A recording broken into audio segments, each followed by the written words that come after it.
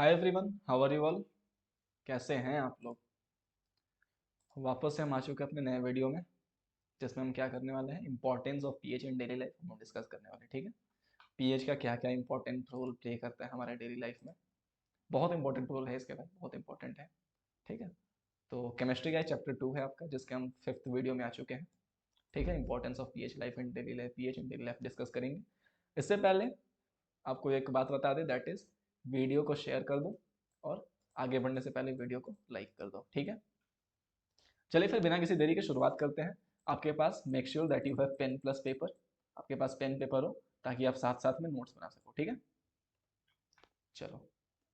आज थ्योरेटिकल चीज़ें ज़्यादा कुछ लिखने का नहीं है मेरे को। ठीक है, तो देखो मैं पॉइंटर ही लेता हूँ। ठीक है, देखो डेली लाइफ में क्या होता है, basically are plants and animal pH sensitive. Plants और एनिमल जो होते हैं, क्या उनके लिए पीएच काम की चीज़ है? Answer is yes. जो बॉडी हमारा वर्क करता है वो 7 से 7.8 पीएच के बीच में रेंज में वर्क कर रहा होता है। इससे कम ज़्यादा अगर कुछ हुआ तो फिर बॉडी हमारी में प्रॉब्लम हो सकता है। Living organisms can survive only in narrow range of pH change. बहुत हल्का फुल्का पीएच का चेंज हो तभी हम सर्वाइव कर सकते हैं। ठीक है, बहुत ज़्यादा अगर पीएच में वेरिएशन हो जाए तो हम सर्वाइव नहीं कर पाएंगे, क्योंकि सीधी सी बात है ना, किसी भी चीज़ की हाई कॉन्सेंट्रेशन में फिर हमें प्रॉब्लम हो जाएगा। अगर बेस का भी हाई कॉन्सेंट्रेशन हो जाए या फिर एसिड का भी हाई कॉन्सेंट्रेशन हो जाए तो भी हमें प्रॉब्लम क्रिएट हो जाएगा। तो चीज़ें बिल्कुल मेंटेन रहनी चाहिए। थोड़ा बहुत 19-20 हो कोई फर्क नहीं पड़ता, पर बहुत ज़्यादा चेंज नहीं होना चाहिए। ठीक है, तो वही बोल रहे हैं कि very narrow range of pH change. ठीक है, when pH of rain water is less than 5.6 it is called acid rain. याद रखना ये चीज़ बिल्कुल याद रखना। जब पीएच ऑफ रेन वाटर 8.5 से कम हो जाता है तो उसे हम एसिड रेन का दर्जा दे देते हैं। ठीक है, ठीक है ना। और एसिड रेन फिर जानते हो आपको क्या क्या नुकसान होने वाले हैं, इसे तो कुछ बताने की जरूरत नहीं है। ठीक है, when acid rain flows in the river they lower the pH of river water। जब क्या है कि जो एसिड रेन जब रिवर में फ्लो करती है तो क्या होता है कि नदी के पानी का जो पीएच है कम हो जाता है। और वो कम पीएच होने की वजह से एक्वाटिक लाइफ में भी प्रॉब्लम आ सकती है। जो पानी में रहने वाले जो जलीय जीव जंतु हैं उन्हें भी बहुत ज़्यादा प्रॉब्लम फेस करना पड़ता है। हो सकता है वो लोग, उनकी डेथ भी हो जाए इस वजह से, पीएच चेंज होने से। ठीक है, तो पीएच मेंटेन रहना बहुत जरूरी है डेली लाइफ में। एसिड्स इन अदर प्लैनेट्स, देखो अदर प्लैनेट्स के बारे में दे रखा है। The atmosphere of Venus is made up of thick white and yellowish clouds of sulphuric acid. Sulphuric acid का एक बहुत बड़ा क्लाउड होता है वहां पर। तो क्या वहां पर लाइफ पॉसिबल है? Answer is no. भाई साहब एसिड रनिंग होती रहेगी वहां पे, तबाह हो जाएगी जिंदगी। अच्छा, what is the pH of the soil in your backyard? आपके जो खेत हैं उसमें आकर क्या पीएच होना चाहिए? तो देखो, plants require a specific pH range of their healthy growth. जो प्लांट्स हैं उनकी अच्छी तरह से ग्रोथ होने के लिए एक अच्छी खासी पीएच रेंज होनी चाहिए, कोई बहुत ज़्यादा वेरिएशन नहीं होना चाहिए उसमें। To find out the pH required for a healthy grow of plant you can collect soil from various places and check pH in manner describe below in activity 2.1। ठीक है, वो सब बातें फालतू की दे रखी है, आपको चेक कर लेना कैसे होगा। बात करते हैं हमारे डाइजेस्टिव सिस्टम में क्या सीन है। It is very interesting to note that our stomach produces hydrochloric acid. सीधी हम बहुत इंटरेस्टिंग फैक्ट है कि हमारा जो डाइजेस्टिव सिस्टम है, हमारा जो स्टोमक है वो हाइड्रोक्लोरिक एसिड को प्रोड्यूस कर रहा होता है। It helps in digestion of food.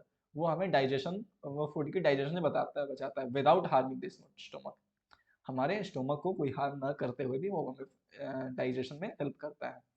But during indigestion the stomach produces too much acid. But क्या होता है, कभी खाना हमारा डाइजेस्ट नहीं हो पाए तो उस केस में बहुत ज़्यादा HCl जो बन जाता है वो यूज़ नहीं हो पाता। एंड दिस, इसकी वजह से क्या होता है, हमें पेन और इरिटेशन फील होती है पेट में। बात समझ में आई क्यों हमें जब इनडाइजेशन होता है तो क्या होता है? इनडाइजेशन होने के केस में क्या होता है, बेसिकली HCl बहुत ज़्यादा प्रोड्यूस हो जाता है जो कि वो यूज़ नहीं हो पाता, वो एज इट इज़ पड़ा रहता है और वो बहुत ज़्यादा इकट्ठा हो जाता है, जिसकी वजह से हमें पेन और इरिटेशन फील होती है। To get rid of this pain people use bases called antacid.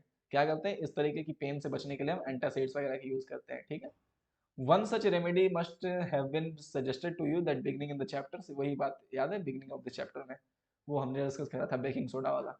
वही बात बोल रखी है इसने। ठीक है, this antacid neutralize the excess of acid.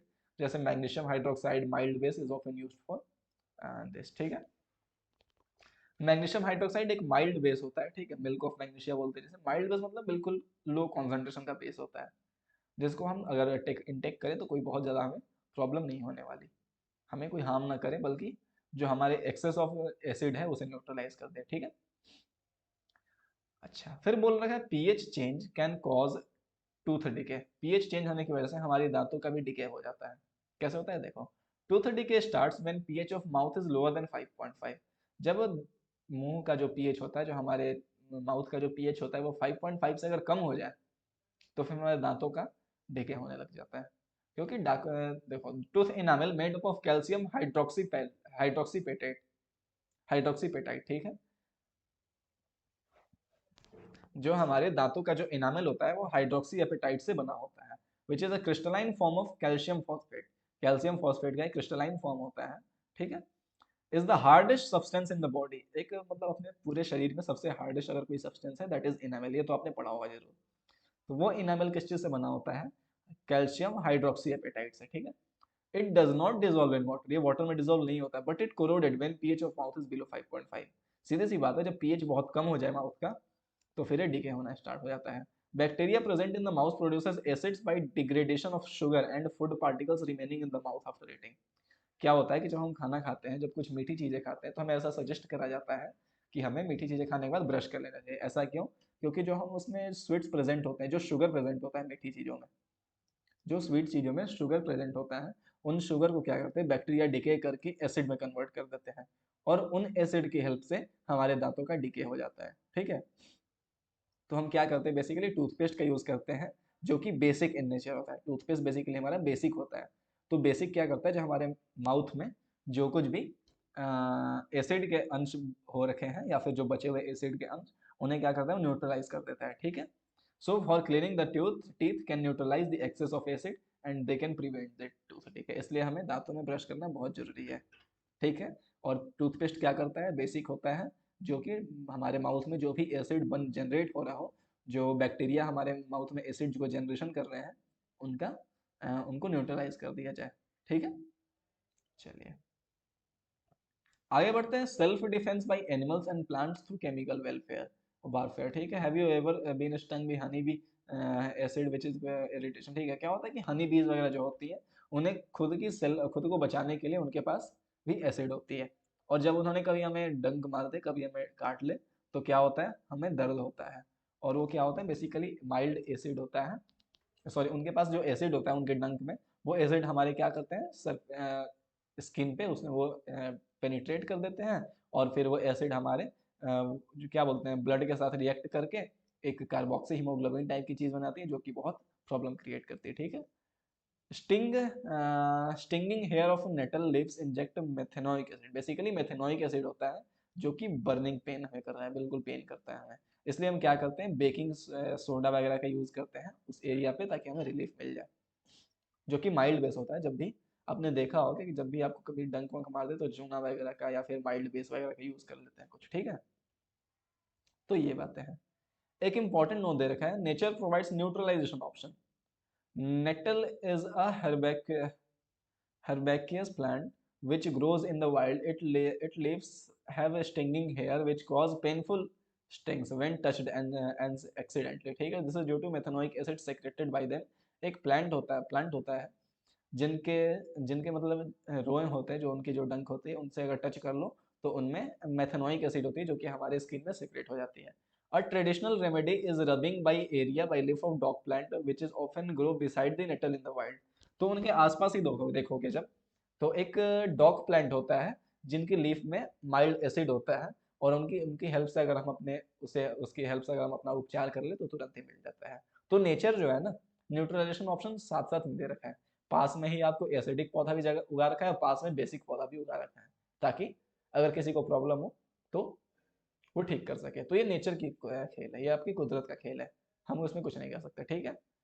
चलो बात करते हैं कुछ नेचुरल सोर्स है जिनमें एसिड कौन कौन से प्रेजेंट होता है। देख लो भाई, विनेगर में एसिटिक एसिड होता है, ऑरेंज में सिट्रिक एसिड होता है, टैमरिंड में इमली मतलब टार्ट्रिक एसिड होता है, टोमेटो में ऑक्जेलिक एसिड, कर्ड में लैक्टिक एसिड, लेमन में सिट्रिक एसिड, एंड स्टिंग में मेथनोइक एसिड, और नेटल स्टिंग में भी मेथनोइक एसिड। क्या बात समझ में आती है? तो इस तरह की चीजें आप याद कर लेना। और तो कुछ डिस्कस करने को नहीं है आज, बाकी बातें अपन नेक्स्ट वीडियो में करेंगे, ठीक है। तो वही बस आज का कुछ थ्योरेटिकल पार्ट था, कुछ ज़्यादा था नहीं। तो बस एक बार फिर से रिक्वेस्ट है कि जाने से पहले वीडियो को लाइक कर दो, ठीक है। और वीडियो को शेयर कर दो और क्या करो, चैनल को सब्सक्राइब कर दो भाई। ठीक है, चलिए फिर। और हाँ, जो भी डाउट्स हो आपके पास, डाउट्स को आप कमेंट कर दो। ठीक है, बाकी बातें अपन नेक्स्ट लेक्चर में डिस्कस करेंगे। Thank you very much for watching this video. Bye bye, take care.